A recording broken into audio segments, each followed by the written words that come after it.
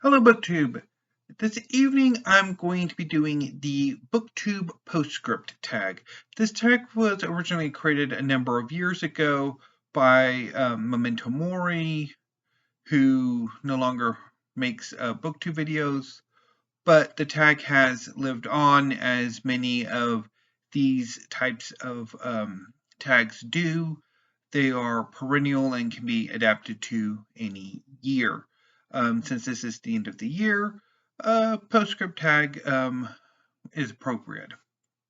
So, before I start, I was planning on doing a barrage of tag videos today, but my afternoon was not terribly pleasant, and I might talk a bit more about that tomorrow with weekly reads because it was saved. And I'm going to definitely be gushing about the books that saved my afternoon. But anyway, let's get on with the prompts. Prompt number 1, the longest book you read this year, and the book that took you the longest, if those two books are not the same. Well, in my case, they're not. So the longest book I read this year, not counting manga, I'm not entirely sure how manga counts because obviously they're single volumes and they're not really that big, except of course for the single volume Death Note, which I really would love to have, but yeah, and the one volume One Piece, which yeah. Anyway, but outside of like that, we're going with single volume books. The longest book I read in 2022 was Maria Theresa by Barbara Stollberg-Rilinger, translated by Robert Savage. This is a massive biography of Maria Theresa, who was the Archduchess of Austria and the Holy Roman Empress in the late 18th century. This is an amazing biography. It is likely to be the definitive biography for a number of years, if not decades, and I thoroughly enjoyed it. It was a bit dry, but I think the inspiration, the ideas it gave me, more than made up for the dryness of the text. The book that took me the longest to read, though, was Waterloo Sunrise by John Davis. This is a history of London from the 60s to the beginnings of Thatcher's prime ministership. It took me the longest to read because I actually set it aside. I bailed on it shortly after I started reading it. Well, I think I got about 100 pages in, and then I let it sit for about maybe a month before I came back to it and finished it in those few days. So this took me the longest to read, counting the long setting aside. Prompt number 2, a book you read in 2022 that was outside of your comfort zone. So for me, the most obvious answer would be Westerns. I don't really read Westerns, although Michael K. Bond's June on the Range did get me interested in reading Westerns, and I decided to read the big one, Lonesome Dove by Larry McMurtry. I did not have much success. I thought the book was a bit plodding. It's basically the story of two ex-Texas Rangers who have since gone into cattle ranching and cattle rustling, who decide to move from the extreme south of Texas to Montana. And they and their operation go on an epic cross-country cattle drive. I thought the book was plotting at points. and meandering, and I just got irritated with it, and so I ended up ultimately bailing on it. But I will likely give this a third shot at some point in the future. Prompt number 4, favorite reread of 2022. For this, I am going to go with manga. My favorite reread of 2022 by a wide margin was Full Metal Alchemist by Hiromu Arakawa. Full Metal Alchemist is a manga series about two brothers, Edward and Alphonse Elric. They are prodigy alchemists who one day attempt human transmutation, a forbidden alchemical operation or transmutation designed to work on human bodies. The brothers are attempting to resurrect their deceased mother. The transmutation fails and rebounds on the brothers. Edward loses a leg. Alphonse loses his body. In order to save Alphonse's life, Edward sacrifices an arm to transcribe Alphonse's soul onto a suit of armor. A year or so later, after he recovers and has received automail prosthetics which allow him full mobility, Edward takes the state alchemist exam for the country of Amestris and is accepted as a state alchemist, which gives him privileges, but also the threat of being called up for military service looms over him. Amestris is a military dictatorship led by a Fuhrer president named King Bradley, who at first appears to be quite jovial, but as the brothers travel Amestris to discover, in search of the Philosopher's Stone, an alchemical artifact reputed to be able to transmute without need of equivalent exchange, the fundamental law of alchemy, the brothers and their allies uncover a long-running conspiracy at the very foundations of Amestris that lead all the way to the top. And this conspiracy has very important plans for the brothers. There are key ingredients, key human sacrifices for their promised day. And the brothers and their allies race to stop this conspiracy from being fulfilled. And it is an amazing series. I love Fullmetal Alchemist, and when I reread the series in September, I had an absolute blast. It was the best reading experience I've had all year, sustained.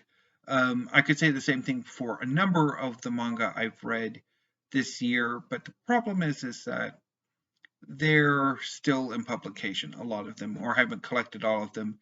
And so at the end, there's I want more, and it's going to be some time before I can get some more. But definitely, this was the best reread of 2022.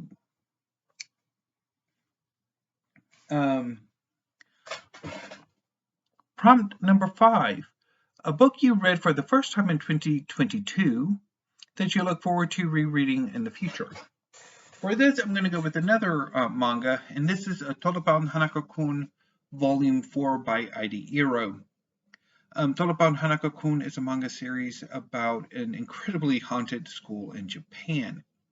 One of the students, Nene, is told that if she goes to a specific toilet stall and performs the set ritual, she will summon the spirit known as the Todoban Hanako-san and will be granted a wish.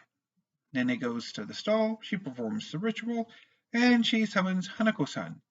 However, this particular Hanako-san is not your traditional Hanako-san. This Hanako-san is the ghost of a younger boy named Amane, who, since with the Japanese honorific system, is in relation to Nene more appropriately Hanako-kun. So Amane attempts to grant Nene her wish. It goes horribly, and Amane has to rescue her. In exchange, Nene becomes Amane's assistant. Initially, she just cleans his toilet stall, but eventually she becomes his assistant in his duties regulating the other supernaturals at the school. There are 7 mysteries who sort of are the main supernaturals living at the school. Amane as Hanako-kun is the 7th, and he has a certain regulatory authority over the other 6. Joining Amane and Nene is a young trainee exorcist named Ko. Ko initially tries to exorcise Amane, but later becomes friends with them. So the main problem is that there's someone or something manipulating the other hauntings, the other supernaturals at the school. There are rumors, the stories told about them, which makes these supernaturals more malevolent, more violent, and it's up to Amane, Nene, and Ko to rein them in.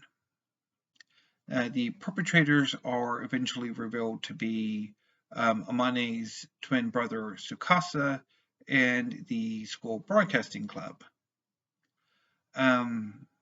Volume 4, which was an epic endeavor for me to collect,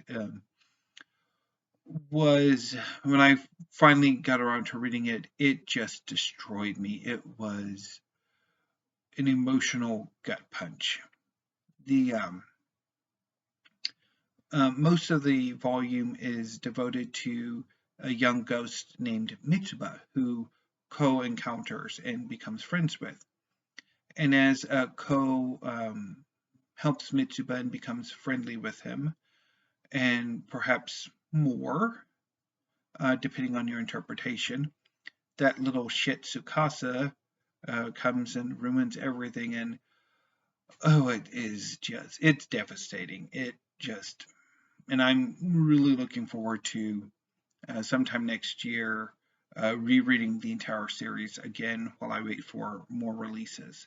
So far, Tsubasa, Thought About Hanako-kun is on its 16 volumes released in the United States, with the 17th coming in February, and I cannot wait. I want to reread this, and I want volume 17. This is a great series. So yeah. Okay, moving on to prompt number 6. Favorite single short story or novella that you read in 2022? To be honest, I don't think I read any short stories or novellas this year. Had I done this tag earlier, I probably would have done a quick check because one of the other tags needed me to, at least in part, go to my read list and sort of confirm something, but things didn't turn out. But I'm pretty sure I haven't read any short fiction or novellas in 2022. Or if I have, they're clearly not like jumping out at me. So yeah, so probably even if I did, there wouldn't be any because I can't remember them. Prompt number 7, Mass Appeal. A book you liked and would recommend to a wide variety of readers. For this, I'm going to go with American Comics, A History by Jeremy Dauber. This is a wonderful history of American comics, primarily American comic books. Although earlier in the work, comic strips are featured, but once comic books become popular, that particular medium takes over from strips, which is a bit of a shame. There are a number of really great cartoonists Charles Schulz, who created Peanuts, Bill Watterson, who created Calvin and Hobbes, and others that I think maybe get a bit of short shrift, but for the most part, I really enjoyed this, and I would highly recommend this to anyone. It's, it's a really interesting piece of American history. So,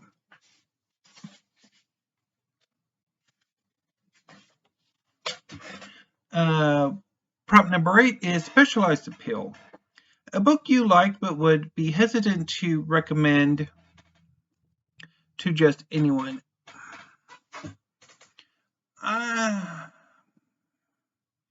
don't know if I truly believe this next book is not for everyone. I want it to be for everyone. I don't want it to just be a specialized niche.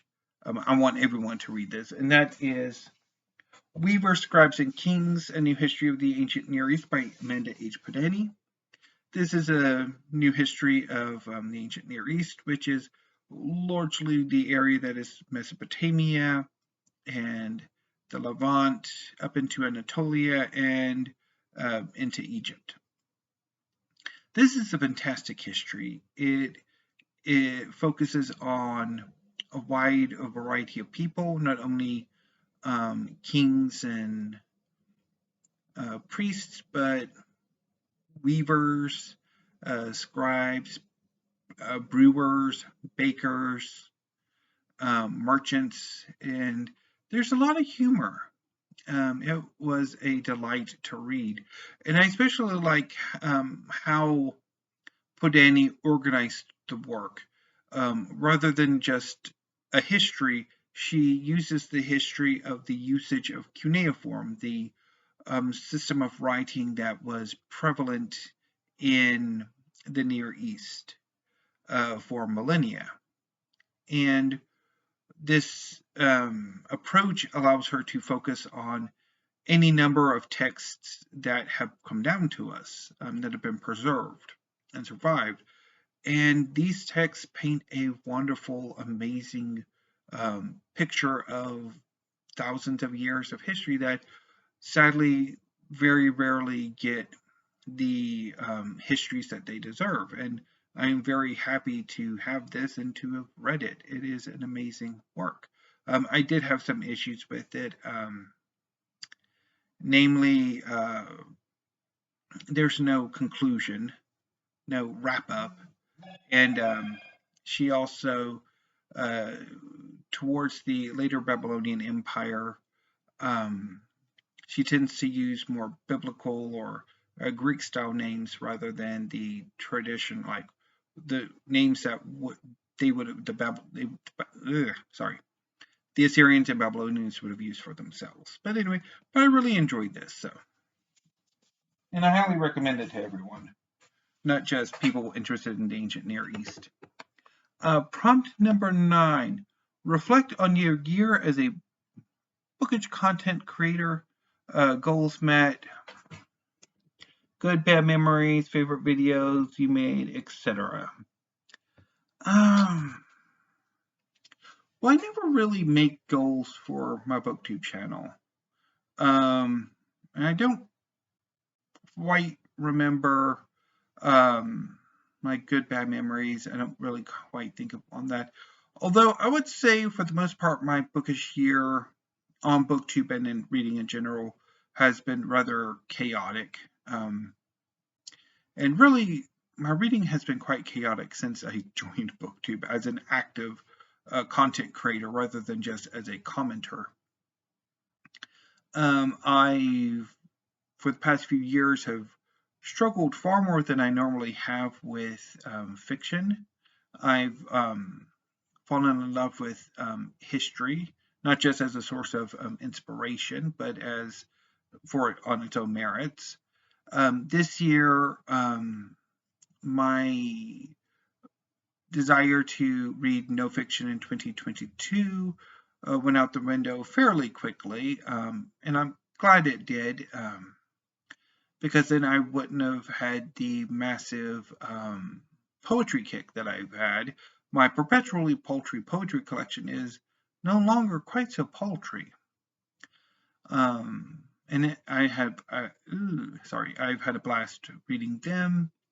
Manga, I mean, I started late last year. The manga bug bit me again, and I started with a few volumes. And this year, about almost a year and a half later, if not less than that, my manga collection has ballooned, and I am thoroughly grateful for that. I've had a blast. Almost all of the manga I've read, I've loved, and it's been just an absolute wonderful reading experience. So that's been some positives. I've read far more this year than I've read in probably ever, although that was largely slim volumes of poetry and volumes of manga, which I can down and seriously binge on. Like Full Metal Alchemist, I read about 18 volumes over 2 days, and it was glorious, like during the weekend, and it was glorious. So there's that. I also have begun book reviewing for Open Letters. I've got a few reviews there. I've had some enjoyable mail hauls. The one I did yesterday was actually quite fun and actually served as a pick-me-up. I didn't have a particularly good day yesterday, and picked me up. And BookTube has picked me up some, and I've had some pretty bad days. So I'd say it's largely positive. But anyway, I'm starting to ramble, and I'm going to go watch some BookTube videos, so I'm going to go ahead and sign off for now. So if you would like to do this tag, which is the 10th prompt, consider yourselves tagged. This is a wonderful tag, and I'm hoping to do some more end-of-year tags. And maybe I could do some creating of my own as regarding like these recurring tags. But anyway, that's for another time. Anyway, BookTube, I will be back tomorrow with a reaction to the winner of the Kindle Prize. That will be the afternoon video, and then I'll do weekly reads later in the evening when I normally do them, because I will hopefully have read some more really good manga. I'm pretty sure I will. But anyway, BookTube, until I see you tomorrow, thank you, have a great evening, and stay safe.